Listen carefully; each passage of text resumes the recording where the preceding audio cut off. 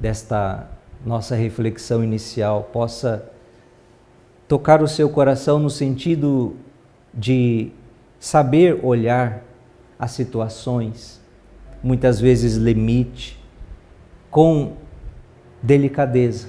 Olá, eu sou o Padre Alessandro Bobbit. Desde já eu gostaria de pedir para que você curta, dê o seu joinha no vídeo e compartilhe com seus amigos. Isso faz com que o vídeo alcance mais pessoas.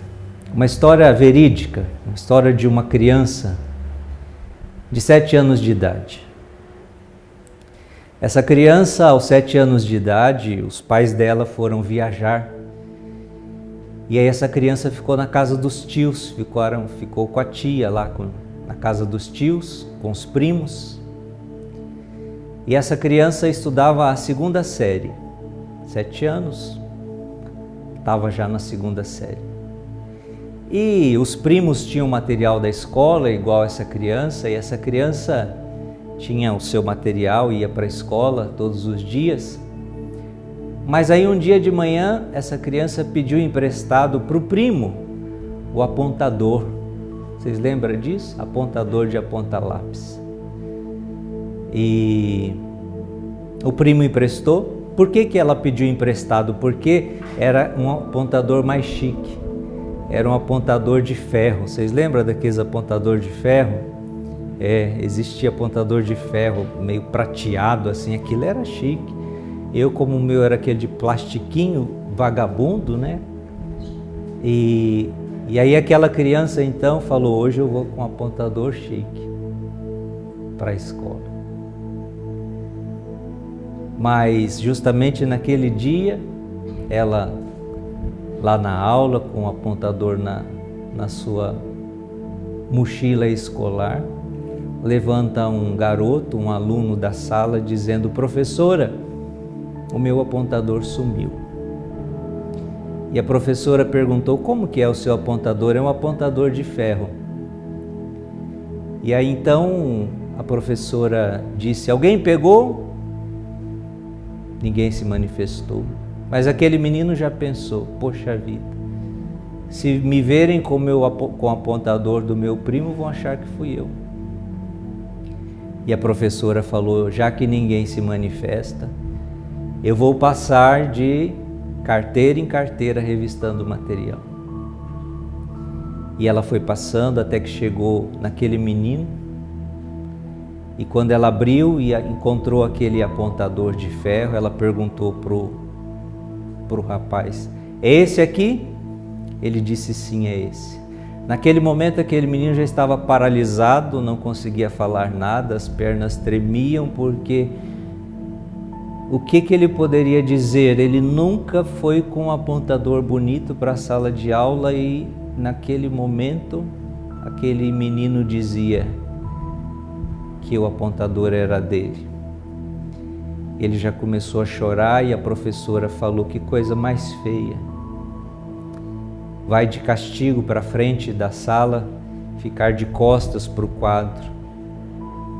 Naquele momento, aquele menino de costas para a turma, sendo olhado por todos como um ladrãozinho, começou a chorar, porque nunca tinha passado por um vexame tão grande. A professora percebeu a situação.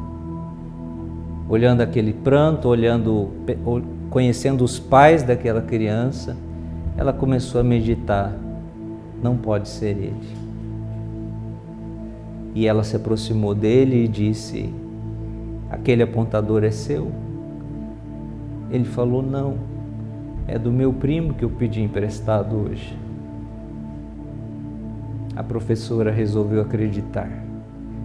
Foi no menino e disse, devolve o apontador, que esse apontador não é seu. Aquele menino sou eu. Essa história aconteceu comigo quando eu tinha 7 anos de idade. Talvez uma das coisas assim mais traumatizantes que a gente não lembra para não doer o coração, mas saber que ser acusado de alguma coisa sem ter feito diante dos colegas é uma experiência das mais difíceis. Isso muitas vezes vai gerar traumas que pessoas vão carregar para o resto da vida, na sua personalidade, no seu jeito de ser. Mas, graças a Deus, aquela professora no último momento teve um discernimento, olhando para o comportamento daquele aluno, para o que ele representava, para o jeito dele de ser, para a família dele, para os pais dele. Não, ele não fez isso. E ela então devolveu. Sabe, filho, filha, quantas vezes também nós, pessoas carregam traumas, feridas, justamente porque foram nelas provocados registros negativos tão profundos. Então é disso que o Padre quer falar hoje na direção espiritual. O poder dos registros positivos e dos registros negativos. E às vezes, desde o ventre materno, tudo aquilo que acontece fora, aquilo afeta a criança, fica registrado. Por exemplo, uma criança que a mãe queria abortar. Não pense que essa criança não entenda, ela entende. E esse desejo de aborto pode repercutir para o resto da vida dela de muitas formas. Porque qual que é o registro que está no inconsciente? Eu não devo viver, mamãe não quer. Eu não sou amada, eu devo morrer. Isso pode vir através de um câncer, quando ela crescer. Ela não tem consciência, mas a informação está lá. E isso determina o seu biológico. Ela pode, pessoas com pensamentos suicidas, adolescentes que muitas vezes tem tudo, mas tenta se suicidar. Não estou dizendo que todo caso essa é a raiz, mas muitas vezes quando a gente vai puxar, houve uma rejeição no útero materno, do pai, da mãe. Isso acontece e registra a gente. E isso, olha, quantas pessoas se arrastam com tantos registros negativos. Olha, no ventre materno é o tempo mais assim susceptível, mas também infância, mesmo adolescência. Muitas vezes traumas da infância, humilhações, vexações. Claro que tem as coisas positivas e daqui a pouquinho eu vou contar também o meu testemunho positivo. Mas para dizer o quê? Às vezes a gente não tem noção. Às vezes uma mãe grávida expõe o bebê, discussão com o pai, discussão com o marido, discussão em casa, violência doméstica, agressividades mútuas. Tudo aquilo está sendo absorvido por essa criança e isso vai determinar na sua personalidade traumas e até enfermidades. Isso é muito sério. Por isso, desde o ventre materno, você vai ser bênção, você é amado, você é luz na nossa vida, você é Deus que te mandou para alegrar. Você tem que determinar isso. Aos 13 anos de idade, eu estudava a 8ª série. E aí a professora passou um trabalho. Eu não sei se hoje ainda faz isso, aí tem que formar grupo. Forma grupo para fazer o trabalho, tinha que formar grupo. O meu grupo, meus colegas, era tudo meio... Gostava de empurrar, né? Vamos dizer assim, forgadão. E aí então... E eu era sempre dos mais quietinhos da turma, mais timidozinho, mais que, né, ninguém quase não me ouvia falar. E aí tinha que apresentar o trabalho na frente. Eu nunca tinha apresentado um trabalho lá na frente, na sala de aula. Mas aquilo, gente, eu peguei aquilo assim como um objetivo. Estudei e decorei e treinei. Aí chegou o grande dia, a gente teve que ir lá na frente, contar lá todo o conteúdo da pesquisa, do trabalho. E eu era o primeiro que ia falar. Minhas perninhas tremiam. E aí então eu comecei a falar.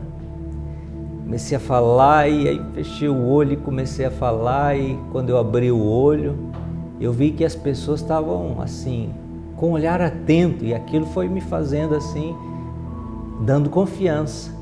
E aí eu continuei, fui falando, e aí de repente as pessoas todas começaram assim, né, com a cabeça, isso foi me dando mais confiança, aí eu empolguei mesmo. Aí eu dei uma aula, e falei não sei quantos minutos sem parar. Eu sei que no final de tudo, quando eu terminei a minha fala, os colegas que estavam sentados começaram a aplaudir e foram se levantando e todo mundo aplaudindo.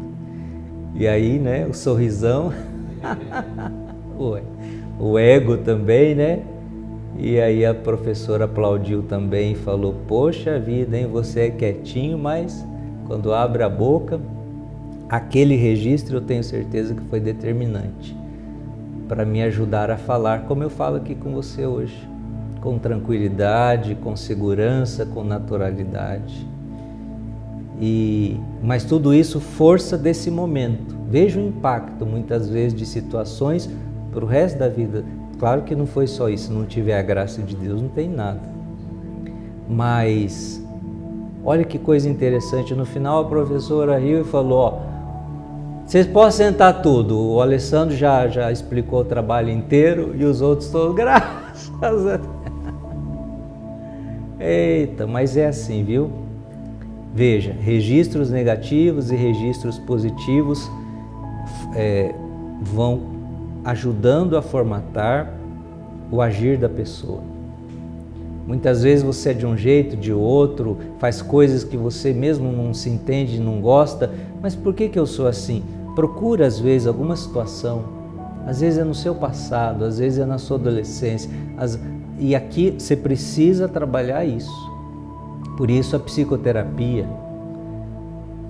Mas quando você pega essa psicoterapia e une com a oração, com a fé, porque Jesus é o maior, né? Ele é o médico dos médicos, você volta lá naquela raiz, deixando Jesus tocar, Jesus curar e ressignificar aquela informação, onde ali está dizendo que você não é amado, você vai deixar o amor de Deus ser derramado ali. Deus te ama, você é amado, você é importante.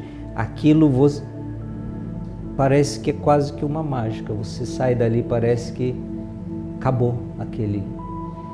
Mas é aqui, ó.